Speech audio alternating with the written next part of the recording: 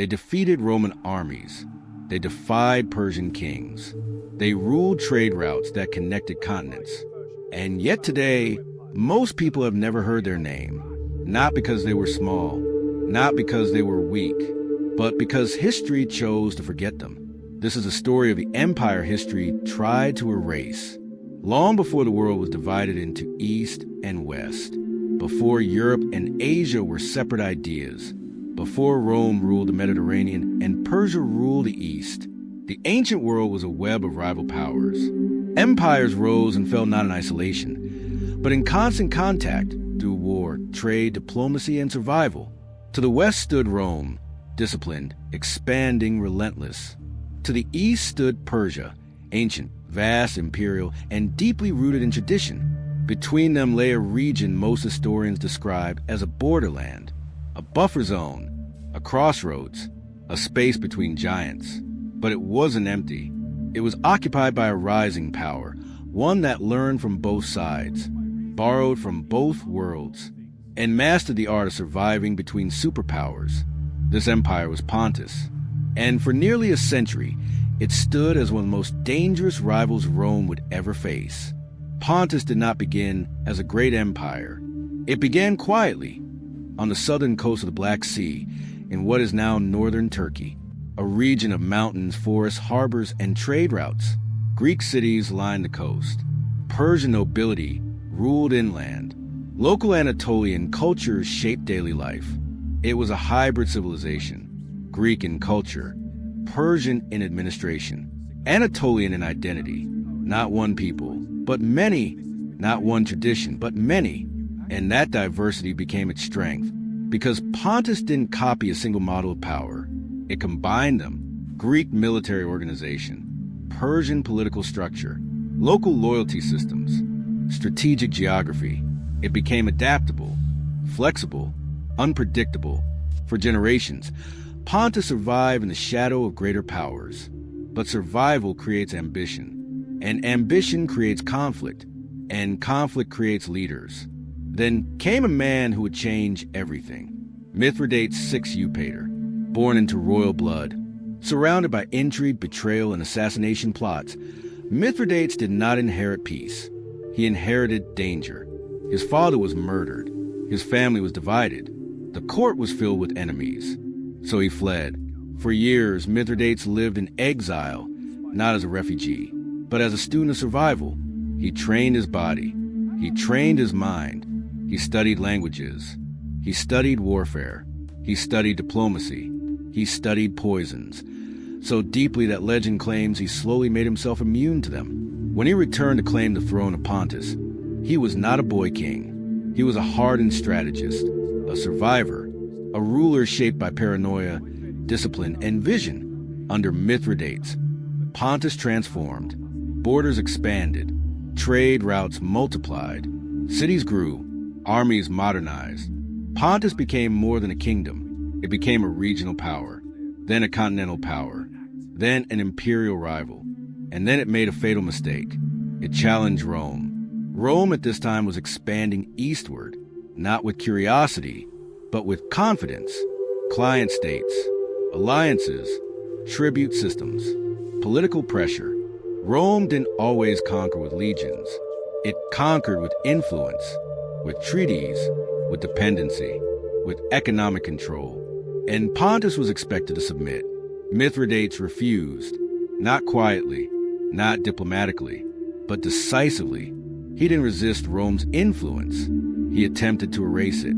Across Asia Minor, Roman settlers, merchants, and officials lived in Roman-controlled cities. Mithridates organized a coordinated uprising, not random violence, not chaos, orders, structure, strategy.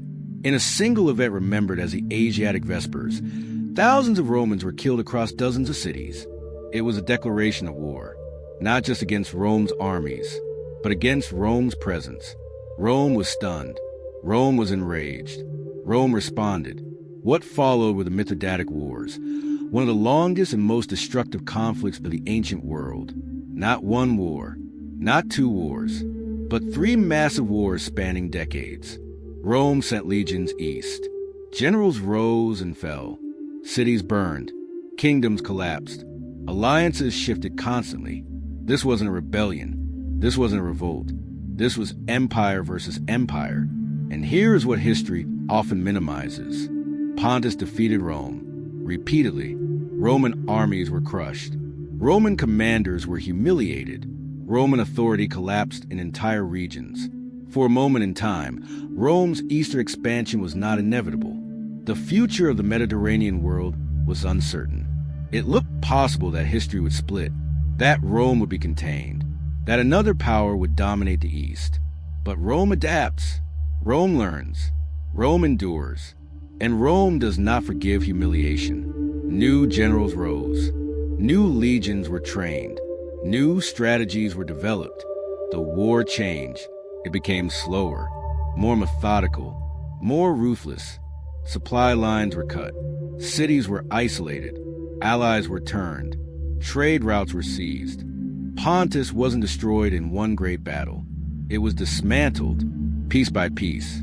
Mithridates fled from city to city, kingdom to kingdom, trying to rebuild alliances. But loyalty fades when power fades. Cities close their gates. Former allies became silent. Support collapsed.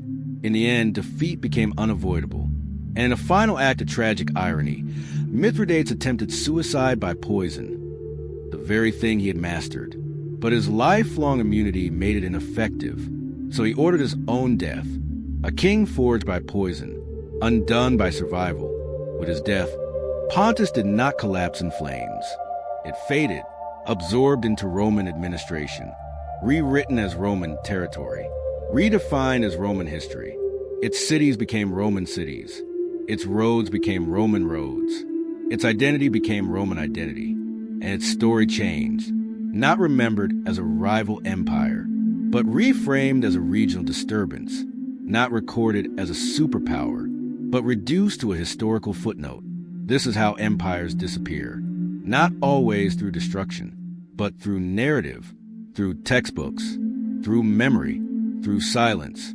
Rome survived, so Rome wrote the story. Persia endured, so Persia kept its legacy. Pontus lost, so Pontus was erased, not physically, but historically. And this pattern repeats endlessly through time. The winners write history. The survivors define memory. The fallen are simplified. The defeated are minimized. The erased are forgotten. Pontus once rivaled Rome and Persia. It shaped trade. It controlled regions. It commanded armies.